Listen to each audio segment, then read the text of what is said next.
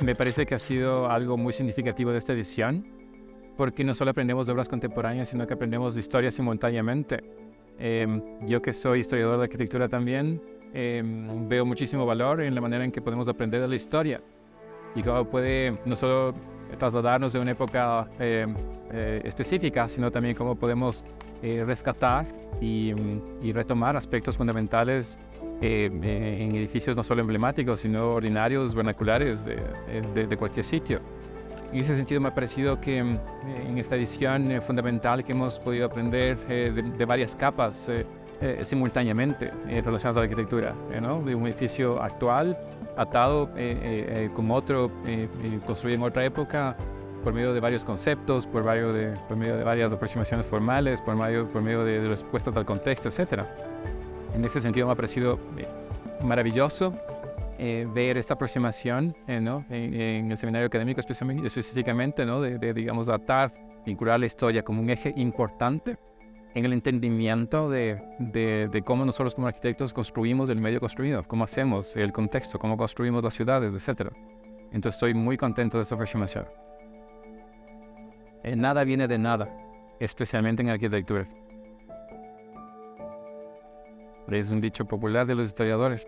Hay una cosa que me ha cautivado muchísimo y que además para alguien que viene de afuera es muy impactante, que es la presencia en la ciudad de la geografía, ¿no? O sea, con todas las montañas que hay alrededor, con los volcanes, que además te ubican en la ciudad, ¿no? Porque cuando uno está paseando en la ciudad, estamos muy habituados en otras ciudades en tener algunos referentes que son, por ejemplo, algunos monumentos, plazas especiales o lo que sea, pero no siempre las tienes presente cuando estás paseando, ¿no? Pero la geografía en este caso está permanentemente presente. Ahora la estamos viendo desde esta ventana, ¿no? O sea, es imposible no tenerla.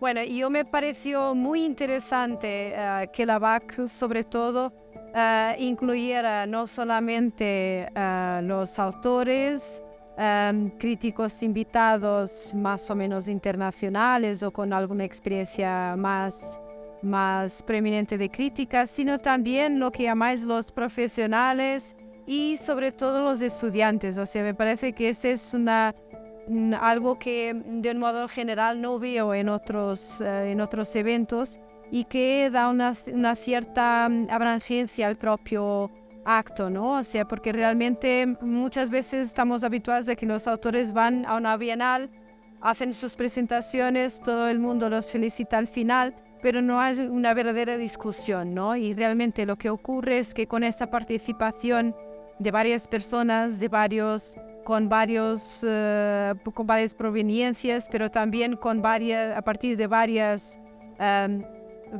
edades distintas, ¿no? Creo que se genera un diálogo muy, muy interesante. Es muy curioso, nosotros nos podemos centrar en los momentos de inflexión, pero incluso, y tal como la propia propuesta de la propia Bienal de hacer estas comparaciones entre momentos distintos de la historia, lo interesante es que por más que todo cambie, todo vuelve a ser igual, o sea, en el sentido de que hay siempre una cierta recuperación de lo que es al final nuestra cultura. Y cuando hablo de cultura no hablo del occidente o del oriente, lo que sea, porque ya hemos visto aquí en la propia Bienal que todo se relaciona porque todos somos humanos y estamos al final contribuyendo para una cultura que es cada vez más global, ¿no? Y entonces los referentes hoy día para un arquitecto, bien esté en Ecuador, en Portugal o donde sea, ya es a partir de una cultura que es algo universal también, ¿no? Yo creo que esta cuestión de la permanencia es muy interesante, ¿no?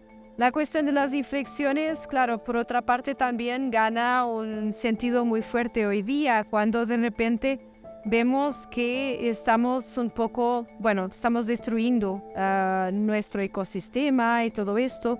Entonces yo creo que realmente en este momento, yo creo que quizás más que nunca podemos estar hablando de una inflexión en la arquitectura, en ese sentido, o sea, en el sentido de que tenemos un poco que repensar nuestro modo de estar en el mundo y lo ideal será que la arquitectura ayude, que contribuya para esa misma inflexión y para, bueno, construir un mundo mejor, ¿no?